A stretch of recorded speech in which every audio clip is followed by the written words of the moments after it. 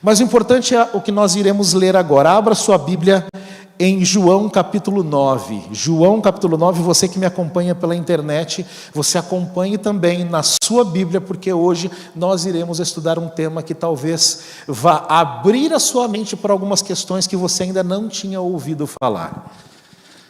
João capítulo 9, vamos orar nesse momento? Eterno Deus, muito obrigado pelo poder da Tua palavra. Que o Senhor nos abençoe agora, que o Ministério das Possibilidades, que é um ministério que nasceu no coração do Senhor, que nada mais é do que a continuidade do ministério de Jesus aqui na terra, seja cada dia mais difundido, divulgado, disseminado e venha fazer parte da vida de todos os membros de nossa igreja. Os que aqui estão e os que acompanham pela internet, que recebamos todos nós a sua bênção, oramos em nome de Jesus. Amém. João capítulo 9.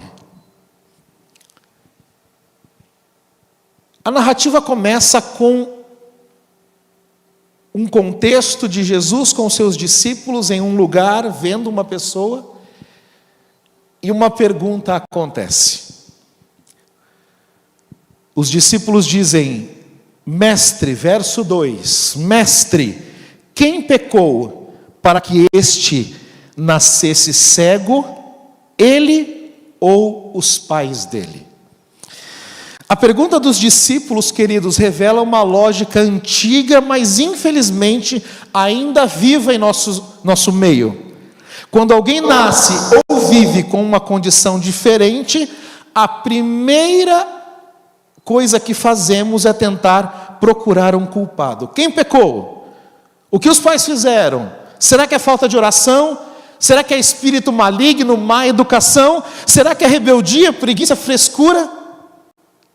Hoje, se a cena acontecesse em uma escola, talvez nós perguntaríamos: quem pecou para essa criança ter nascido com transtorno do espectro autista? Quem falhou para que esse adolescente tenha TDAH? Quem deixou a fé esfriar para que essa pessoa tenha depressão, ansiedade, transtorno obsessivo compulsivo, bipolaridade ou outro transtorno? Mas Jesus logo interrompe este tribunal, queridos. Logo interrompe. Verso 3, Jesus diz assim: nem ele, nem os seus pais pecaram, mas isto aconteceu para que a obra de Deus se manifestasse na vida dele. Queridos, Jesus, ele não nega a existência do sofrimento. Aliás, a Bíblia toda, de capa a capa, não nega a existência do sofrimento. A Bíblia é muito clara em dizer que Deus não criou pessoas com deficiência, Deus criou pessoas. E por conta do pecado que veio fazer parte deste mundo, a deficiência, os transtornos vieram também a fazer parte de nossa vida. A Bíblia não nega a existência das coisas ruins do sofrimento. Agora, a Bíblia nega a teologia cruel que transforma o sofrimento em condenação sumária. Isso a Bíblia nega também de capa a capa. E aqui está uma verdade que nós precisamos aprender de uma vez por todas. Queridos, a diferença, a singularidade ou a peculiaridade de uma pessoa, e a língua portuguesa tem uma palavra bonita para isso: idiosincrasia, uma característica única de uma pessoa. As diferenças, as peculiaridades de uma pessoa não devem ser usadas como prova contra elas, mas devem sim ser recebidas como um chamado de Deus, para que a graça de Deus se manifeste nela e por meio dela. Antes de seguir aqui, nós precisamos falar com bastante responsabilidade. Transtorno do espectro autista, transtorno de déficit de atenção e hiperatividade, transtorno obsessivo compulsivo, transtorno de ansiedade generalizada e tantos outros transtornos não são modinha, não são falta de limite, não são fraqueza espiritual. Quando nós vamos para o órgão americano que se chama Centro de Controle de Doenças, eles definem o transtorno do espectro autista como uma deficiência do desenvolvimento que podem envolver desafios sociais, comunicacionais e comportamentais. O mesmo órgão descreve o TDAH como uma condição ligada a sintomas persistentes de desatenção, hiperatividade e impulsividade, podendo se apresentar com formas diferentes em cada pessoa. Há os que são apenas desatentos, há aqueles que são apenas hiperativos, há aqueles que, como eu, têm a junção das duas comorbidades. A Organização Mundial de Saúde também inclui transtornos do neurodesenvolvimento, TEA, TDAH e outros, dentro de um amplo campo de condições da saúde mental e do desenvolvimento. Veja, tudo isso não substitui de modo responsável, queridos, diagnóstico médico, psicológico, neurológico ou até psiquiátrico. Mas isso ajuda a cada um de nós, a nossa igreja, a entender que precisamos abandonar explicações rasas e pouco convincentes. Nem tudo que é invisível é espiritual. Nem tudo que é comportamental tem a ver com rebeldia. E nem tudo que é intenso é falta de Deus. O primeiro movimento que o texto nos apresenta é Jesus corrigindo a pergunta errada. Os discípulos perguntam: quem pecou para que esse homem nascesse cego? Jesus respondeu: não foi ele, não foram seus pais. A pergunta dos discípulos, querido, ela era casual, ela era acusatória. E a resposta de Jesus, ela é pastoral e ela é redentiva. No mundo bíblico havia uma grande tendência de associar sofrimento diretamente ao pecado pessoal. O livro de Jó nos apresenta essa verdade. Os amigos chegam para Jó e dizem: Jó, fala de uma vez, o que você fez de errado? Você está aí com lepra, a sua pele está se desfazendo como um papel machê molhado. O que está acontecendo? Conta logo. Os amigos de Jó olham para a sua dor e dizem: certamente você fez alguma coisa. Mas Deus não só repreende os amigos de Jó, como pede que eles vão até Jó, para que Jó ore por eles. Jesus faz algo muito semelhante aqui em João 9, meus queridos. Ele não permitiu que a deficiência daquele homem fosse reduzida à culpa, de modo algum. Neste verso de João capítulo 9, a palavra utilizada aqui para manifestar é uma palavra grega que nos traz uma ideia muito mais profunda. O manifestar aqui significa tornar visível, revelar, trazer à luz. Jesus está dizendo para nós, estava dizendo aos discípulos, que a vida daquele homem não deveria ser lida pela lente da culpa, mas pela lente da revelação. A pergunta não é o que essa pessoa fez de errado, mas deveria ser o que Deus pode revelar em sua vida. A pergunta não deveria ser como essa pessoa na igreja atrapalha a nossa programação, mas sim como nossa programação precisa mudar para acolher esta pessoa. A pergunta não deveria ser por que ela não se comporta como os outros. Eu não sei vocês, mas de vez em quando eu vejo crianças correndo debaixo dos bancos, pulando de banco em banco. Os meus filhos faziam isso. E não é incomum nós ouvirmos membros da igreja dizendo: aquelas crianças devem estar endemoniadas. A pergunta não deveria ser por que ela não se comporta como os outros, mas deveria ser como podemos enxergar a imagem de Deus nela. Aqui entra uma correção urgente para nós, para a igreja. A comunidade cristã não pode ser mais rápida em rotular do que em acolher. Nós, como igreja, precisamos ser mais rápidos em acolher do que rotular. Algumas crianças com transtorno do espectro autista, por exemplo, pastor Raimundo já deve ter conversado com algumas, evitam contato visual. Outros adultos têm sensibilidade a sons, luzes, cheiros, texturas, mudanças de rotina ou ambiente imprevisíveis. Algumas pessoas com TDAH podem ter dificuldade de manter o foco, controlar impulsos, concluir tarefas, esperar sua vez ou organizar pensamentos. Isso não significa que elas sejam menos espirituais, menos educadas ou menos amadas por Deus. Conheço algumas que estão assistindo o culto e se você olhar para ela, ela está desenhando, ela está escrevendo. Mas se você perguntar, ela te diz exatamente o que o pregador falou, tintim por tintim, te detalha o sermão. Maneiras diferentes de prestar atenção.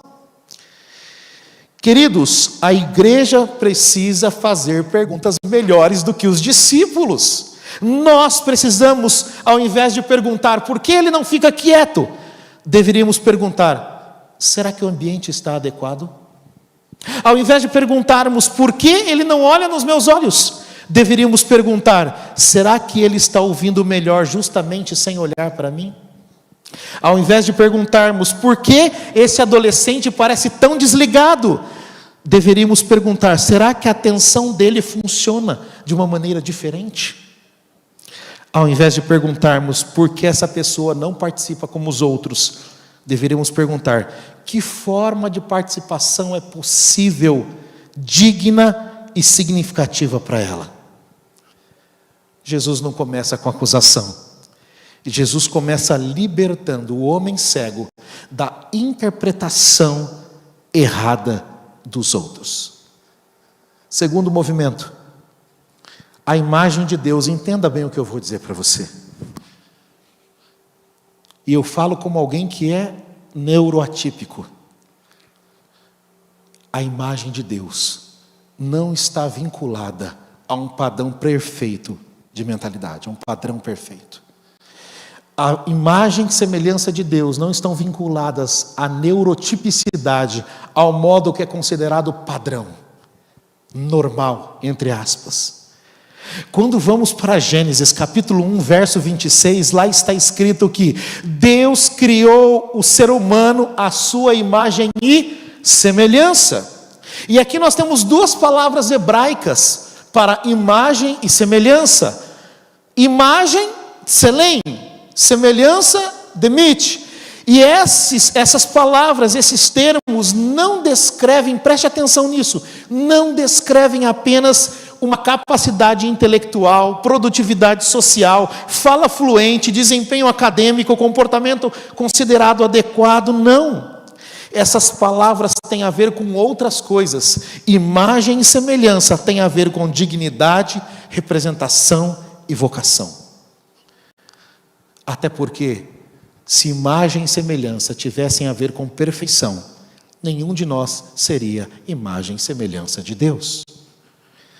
A imagem, queridos, e a semelhança de Deus não desaparece quando há deficiência.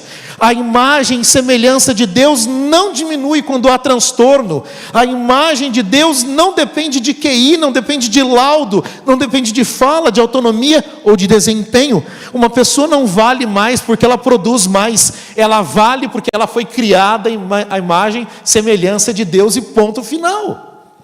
O valor de cada um de nós, com ou sem transtornos, com ou sem deficiências, está vinculado ao fato de nós termos sido criados à imagem e semelhança de Deus. E esse aqui é um ponto decisivo, porque na cultura que nós vivemos hoje, muitas vezes nós somos medidos por quê? Por performance, por resultado. A escola mede por notas, o mercado mede por produtividade, as redes sociais medem por like, por cliques, por visualizações. E às vezes até nós, a igreja de Deus, medimos por aparência e comportamento visível. Não está errado a escola medir por notas, não está errado a empresa medir por performance, está tudo certo. A questão é que essas coisas não são as essenciais, as mais importantes quando falamos de imagem e semelhança de Deus. Deus mede a mim e a você pela criação e pela redenção. Esse é o nosso verdadeiro valor.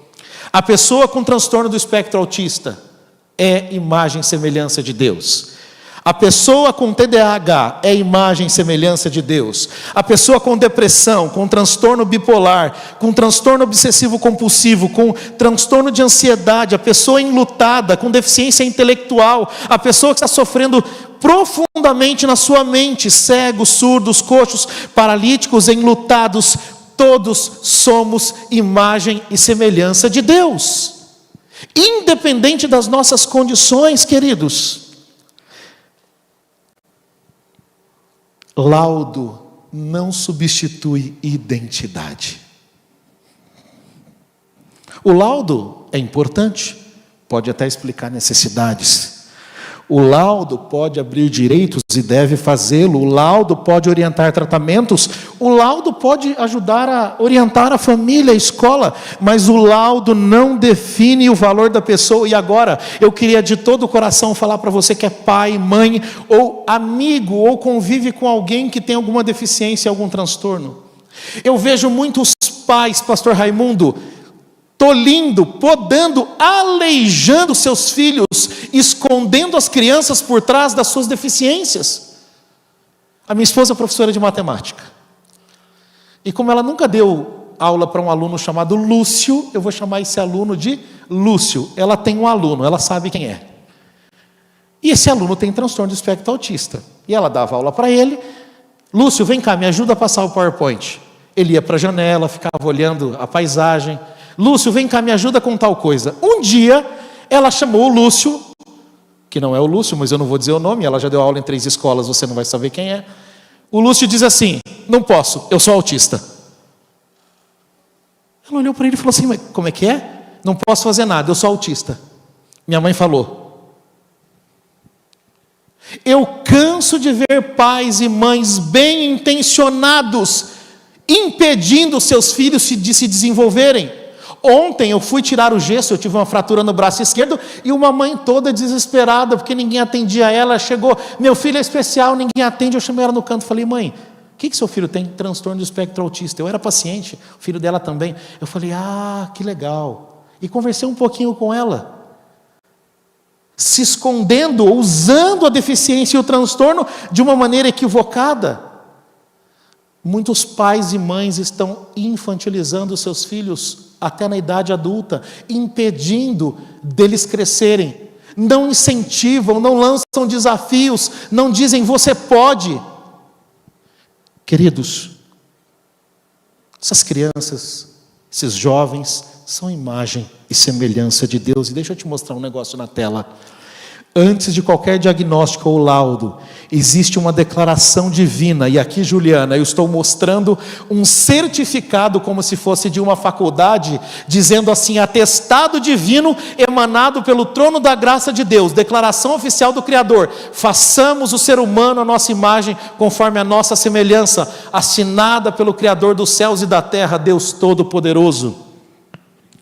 Antes de qualquer laudo médico, esse é o atestado que nós precisamos entender, que todas as pessoas têm no reino de Deus.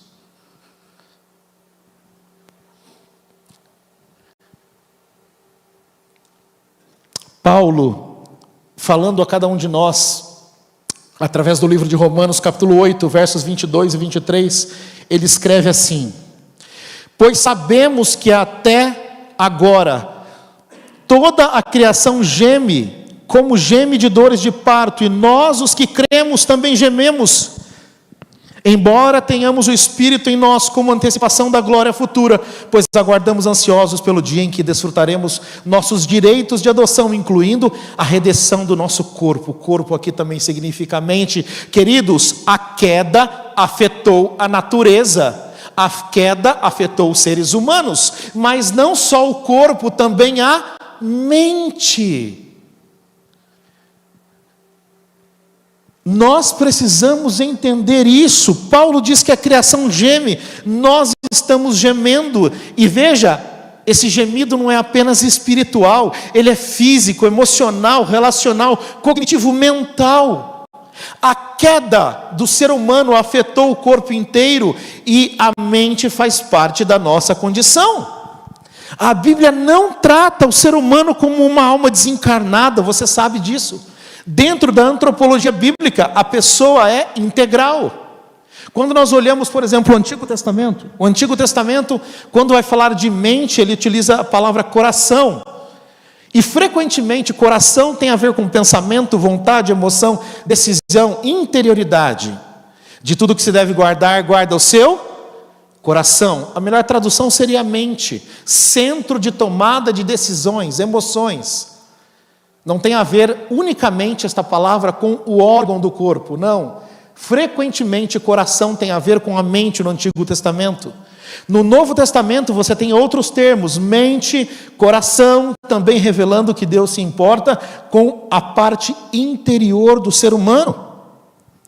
É por isso que quando alguém está sofrendo, na sua mente, nós não devemos dizer, isso aí é espiritual. Isso aí é espiritual. Queridos, é espiritual também, porque toca a vida humana, mas não apenas. Pode envolver questões neurológicas, genéticas, ambientais, traumas familiares, escolares, sociais. Orar é importante, sim ou não? Sim ou não? É importante. E aí eu chego para você e digo assim, fraturou o braço? Não vai no ortopedista não, ora. Tem diabetes? Que tomar glifage o quê? Metformina? Vai ler o livro de Salmos. Já ouviu alguém falar isso? É insano, não é? E por que quando tem a ver com a mente, nós logo dizemos para a pessoa, isso é espiritual? Pastor Raimundo vai se lembrar, há muitos anos atrás, na cidade de Marília, um grande orador, num evangelismo grande, disse, o cristão não pode ter depressão.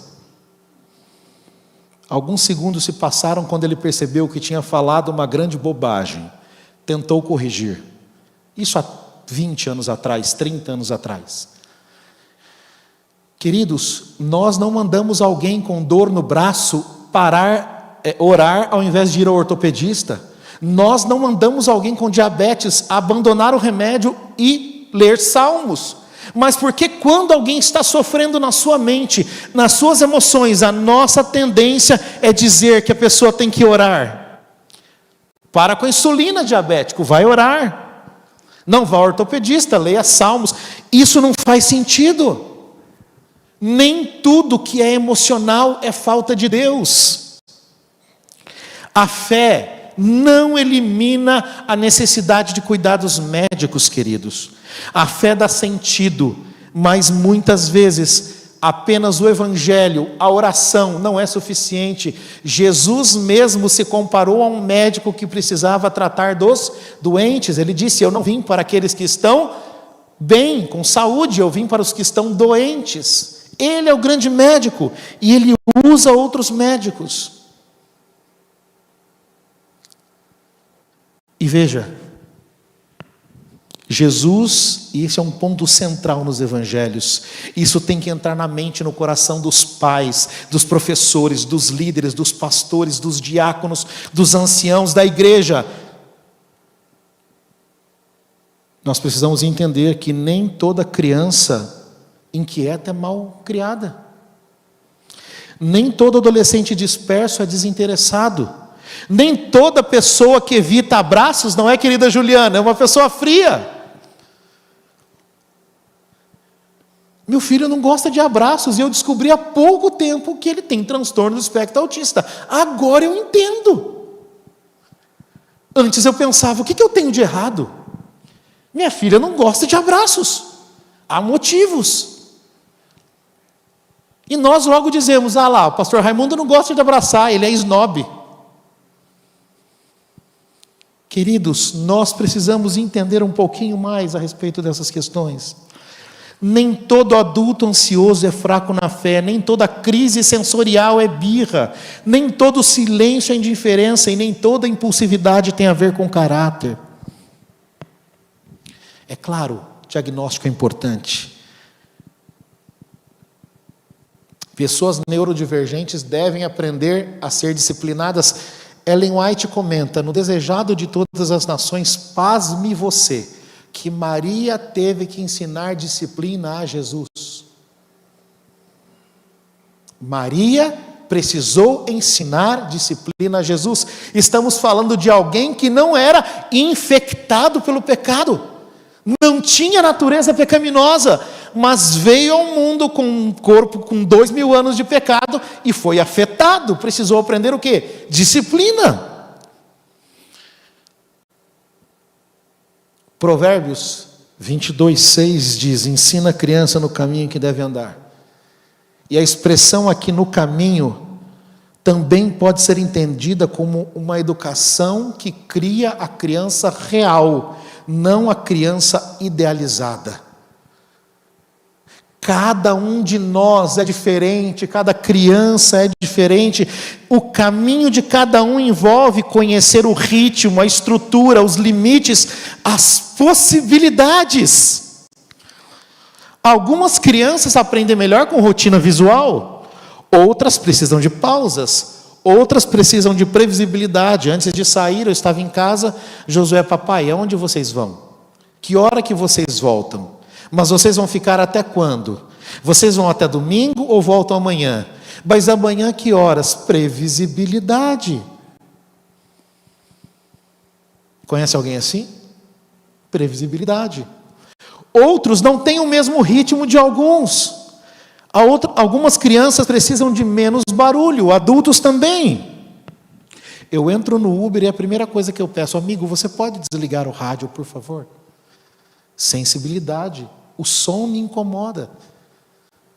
Eu prefiro viajar em silêncio. Tem mais alguém que é assim? Levanta a mão aqui. Ah, alguns. Já tem outros que precisam de barulho. Tem gente que poucas palavras servem como instrução. Tem professores aqui? Levanta a mão, professores. Tem professor aqui? Tem criança na sua sala que rapidamente você fala e ele entende, sim ou não? Tem outros que precisam de mais tempo para entender, sim ou não? Nenhum deles é melhor ou pior, eles são diferentes. É que você não olhou para trás, mas quando eu vou pregar numa igreja, por exemplo, uma maneira de eu me autorregular, eu fico no cantinho ali, para lá e para cá, pastor Raimundo. É como eu alivio a tensão. Se você me ver assim, parado, antes de pregar, você vai entender. Autorregulação. Cada um tem a sua maneira de se autorregular. Veja, entender isso não é passar a mão na cabeça de ninguém, queridos. Isso é fazer como Jesus fazia. Jesus não tratava todos do mesmo jeito, veja na tela. Com Nicodemos, Jesus conversava de madrugada, em linguagem teológica. Com a samaritana, ele começou falando de água. Com Tomé, ele ofereceu evidências. Com Pedro, Jesus restaurou a ele com perguntas: tu me amas? Com Marta, Jesus dialogou, mas com Maria ele enxugou as lágrimas. Com Zaqueu, ele desceu da árvore e entrou na casa. E com o cego de João 9, ele tocou. Depois, ele procura Jesus novamente.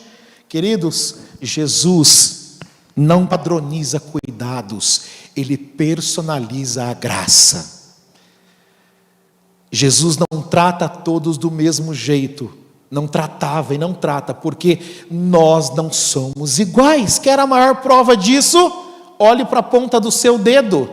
A sua digital é única entre bilhões de pessoas na Terra. Nunca existiu e nunca existirá alguém que tenha a mesma impressão digital que você. Isso mostra que você é único para Deus. O livro de 1 Coríntios talvez seja um dos mais fortes, o capítulo 12. E eu quero chegar ao final, para tratar de inclusão e integração.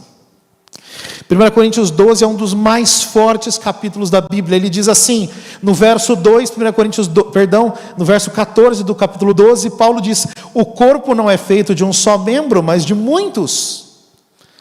No verso 22 ele diz: os membros do corpo que parecem ser mais fracos são os mais necessários. Aí eu me senti, viu? Porque eu pareço ser bem fraco, né? Eu sei que eu sou bonito, eu nasci com uma beleza diferente. As pessoas dizem: pastor, você está bonito? Eu digo: não, eu estou elegante, pastor Rodrigo, porque bonito eu sou desde que nasci.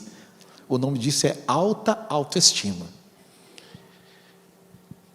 Mas eu sei o que é estar diante de alguém que olha para você de cima a baixo e te mede. Quem já passou por isso sabe como isso é. E Paulo diz que os que parecem mais fracos são os mais necessários. Veja, Paulo não usa são tolerados, ele não usa são enfeites, ele não usa são problemas, ele não diz são projetos de caridade, ele diz são necessários. E a igreja não é completa apesar de pessoas diferentes, a igreja é completa por causa das pessoas diferentes. Uma pessoa com transtorno do espectro autista pode ensinar muito à igreja sobre sinceridade, profundidade, percepção de detalhes, fidelidade, rotinas espirituais, sensibilidade. Uma pessoa que tem o TDAH pode ensinar à igreja sobre criatividade, energia, rápidas associações, entusiasmo, coragem, começar novas ideias, ter mais possibilidades. Quem sabe o ansioso pode ensinar à igreja como cuidar mais das palavras. Como, por exemplo, alguém chega no velório ou no funeral de alguém e diz assim: ah, mas foi Deus que quis assim. Vai falar isso para alguém que está com o ente querido no caixão? Será que cabe? Cabe? Não cabe. Uma pessoa com transtorno obsessivo compulsivo pode nos lembrar que o sofrimento mental pode existir mesmo em gente profundamente comprometida com Deus. Uma pessoa com deficiência intelectual pode nos ensinar que fé não é competição de abstrações teológicas, mas confiança e pertencimento. Tem um autor chamado Amos Yong. Ele tem um livro de 600 páginas só sobre síndrome de Down e Bíblia. 600 páginas. E ele escreve muito sobre deficiências. Ele diz assim em um dos seus livros: se as coisas, de acordo com a Bíblia, se as coisas de Deus são loucura para o ser humano, o que nos impede de olhar para as pessoas com deficiência intelectual e vê-las incorporando a sabedoria de Deus? Vou repetir. Se as coisas de Deus são loucura para o ser humano, o que nos impede de olhar para uma pessoa com deficiência intelectual e vê-las incorporando a sabedoria de Deus? A pergunta não é como essas pessoas cabem na nossa igreja. A pergunta é: que tipo de igreja estamos sendo? E será que elas cabem nessa igreja? Aqui eu quero tocar num ponto delicado.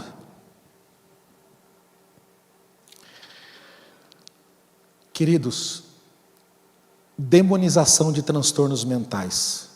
Depois você pode procurar na internet um artigo, também tive a oportunidade de escrever, depois que um pastor evangélico, o pastor Raimundo, disse assim: na minha igreja tem uma professora, e ela disse que tem um monte de alunos autistas, e eu falei: irmã, coloca a mão na cabeça deles e ora na hora de entrar na aula, todos os espíritos malignos vão sair.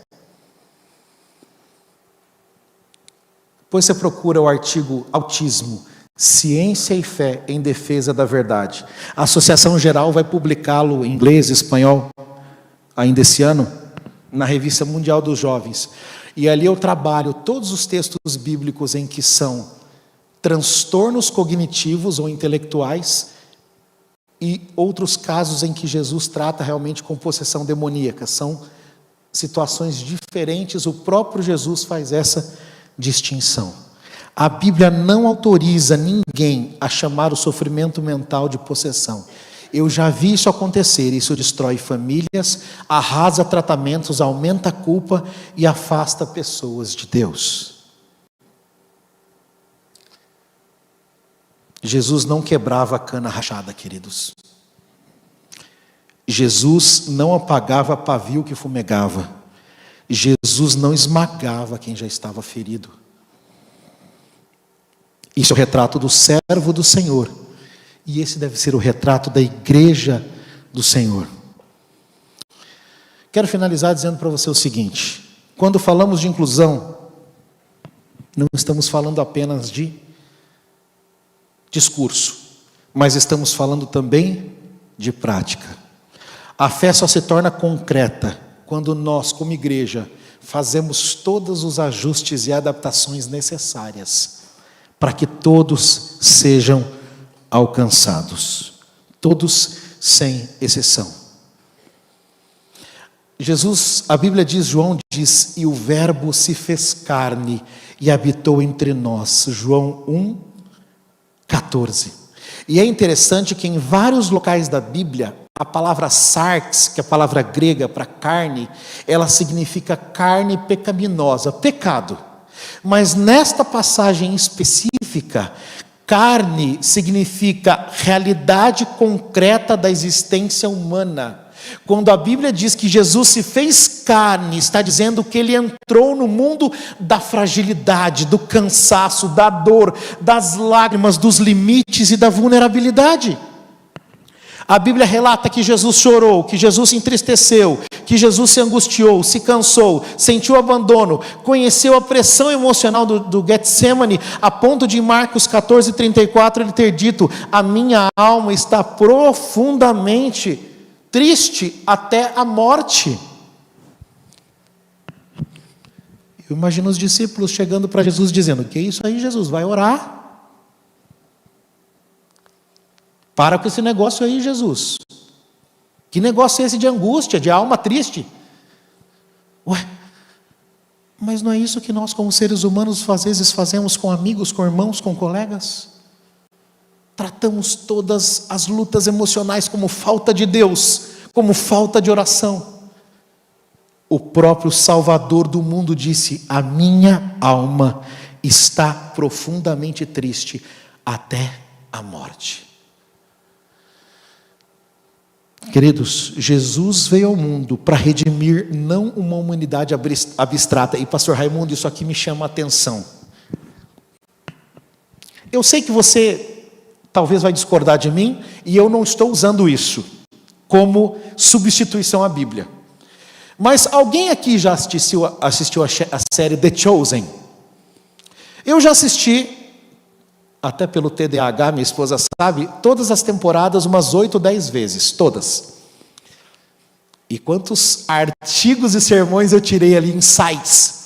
Mas o que eu queria dizer para você, ideias. Poxa, esse texto está na Bíblia, eu não tinha ainda me tocado, e vai lá e está o texto lá.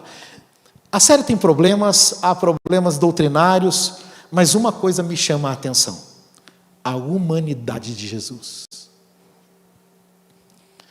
Jesus suando. Eu nunca tinha pensado nisso. Jesus fazendo exercícios físicos. Nunca tinha pensado nisso.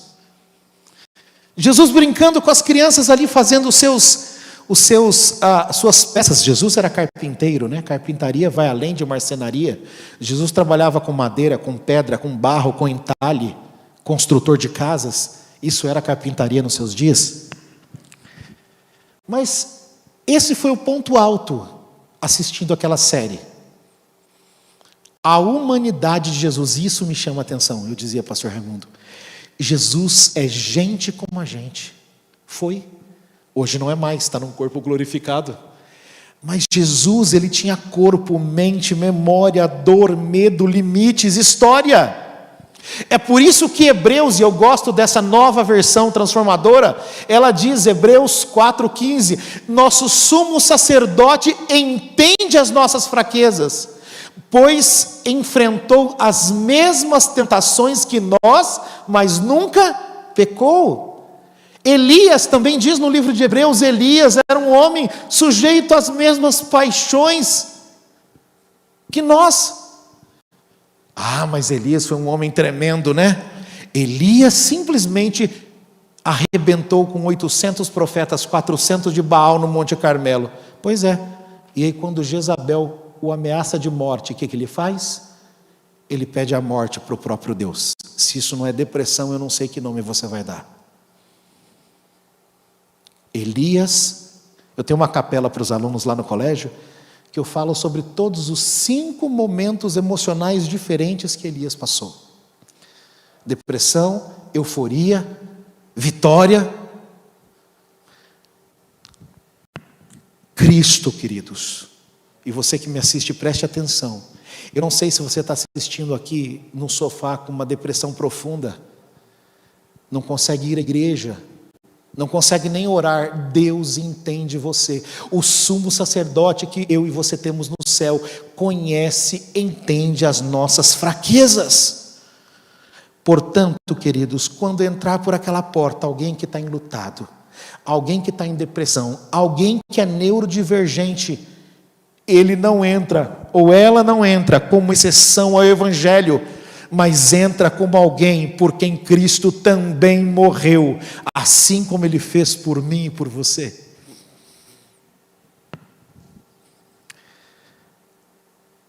A pessoa que entra na igreja com neurodivergência, e me entenda bem, eu não estou falando de irreverência, quero ser muito cuidadoso aqui.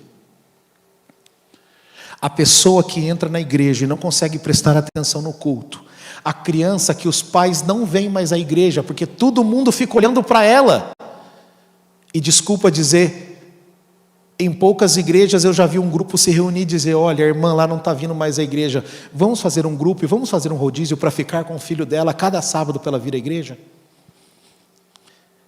Aquela criança que passa debaixo dos bancos, que sobe, que desce, é aqui que ela tem que estar, não é lá fora. Jesus morreu por ela também. Para isso existe a sala da calma, um espaço adaptado para crianças e adultos neurodivergentes. Com ou sem transtornos, com ou sem neurodivergência, a igreja é o lugar onde nós devemos estar, e essas pessoas também. Agora eu encerro. Na aula de homilética eu aprendi com o pastor Emilson dos Reis: nunca diga que você vai encerrar se você não encerrar, eu já seria reprovado. Mas é que é tanta coisa que eu não quero deixar você sem nada, tá, pastor? Me perdoe. Meu chefe está ali, meu boss. Uma igreja fiel ao Evangelho, e eu quero encerrar com isso daqui, precisa, queridos, precisa assumir alguns compromissos, e eu listei 7. Primeiro, abandonar explicações cruéis. Transtornos não devem ser automaticamente tratados como possessão, pecado ou fracasso. Segundo, deve acolher. Muitas famílias estão cansadas, julgadas, feridas, mas elas precisam de irmãos. Terceiro ponto, formar líderes. Nós precisamos, todos os líderes da igreja, ter o mínimo de conhecimento de neurodivergência e saúde mental. O mínimo. Hoje, com a minha esposa de manhã, um vídeo de 8 minutos da BBC, o que passa na mente de um psicopata. Eu descobri. Tem 2 pontos no cérebro de uma pessoa com psicopatia, que são os pontos centrais. Um tem a amígdala menor, às vezes é o lobo frontal. Eu falei: olha que interessante, em 8 minutos eu aprendi uma coisa aqui tremenda. Hoje o que não falta é conteúdo disponível para a gente aprender sobre neurodivergência. Nós precisamos estar instruídos. Líderes, vocês precisam saber dessas coisas. Quarto ponto, adaptar ambientes. Inclusão sem adaptação é apenas discurso, prática vazia.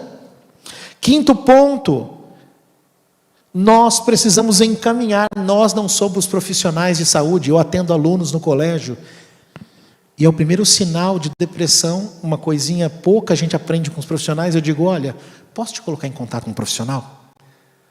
Dou um cartão, faço uma ligação, ligo para os pais, intermedio. Temos que encaminhar as pessoas. Sexto ponto, valorize os dons. A pessoa que tem algum transtorno, ela não é só alguém que recebe cuidado, ela também cuida, ela também pertence, ela também serve, ela também ensina. E por último, nós precisamos pregar a esperança cristã, sem negar a dor humana. A esperança da Bíblia não finge que está tudo bem.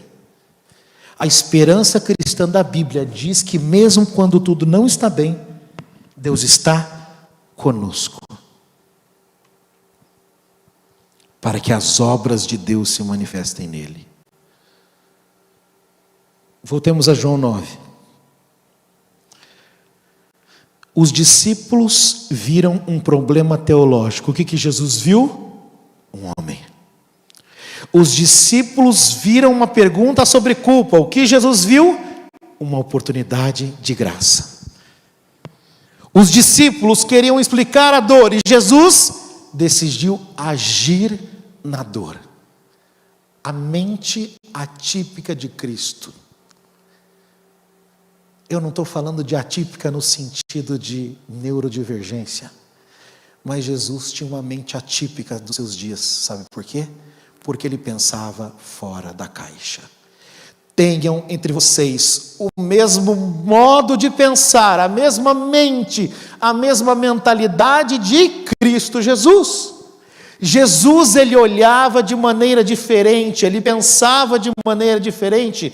E olha, nesse sentido, eu quero ter cada dia mais uma mente atípica como a de Jesus, porque quando nós olhamos como Jesus olha, nós vamos ter o mesmo amor, a mesma humildade, a mesma empatia, o mesmo serviço, o mesmo propósito, a mesma esperança e o mesmo coração. Tenham entre vocês, Paulo diz, a mesma mente, o mesmo modo de pensar, a mesma mentalidade de Jesus Cristo. E talvez seja esse o chamado de Deus para nós hoje: menos tribunal, menos rótulo, menos acusação, menos pressa em corrigir, menos espiritualização irresponsável.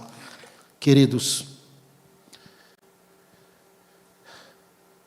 talvez se isso acontecer na minha e na sua vida, de modo individual, nós iremos influenciar outros. E aí, quando alguém perguntar quem pecou, a igreja vai responder junto com Jesus: essa pergunta está errada. A pergunta é: como as obras de Deus podem se manifestar aqui?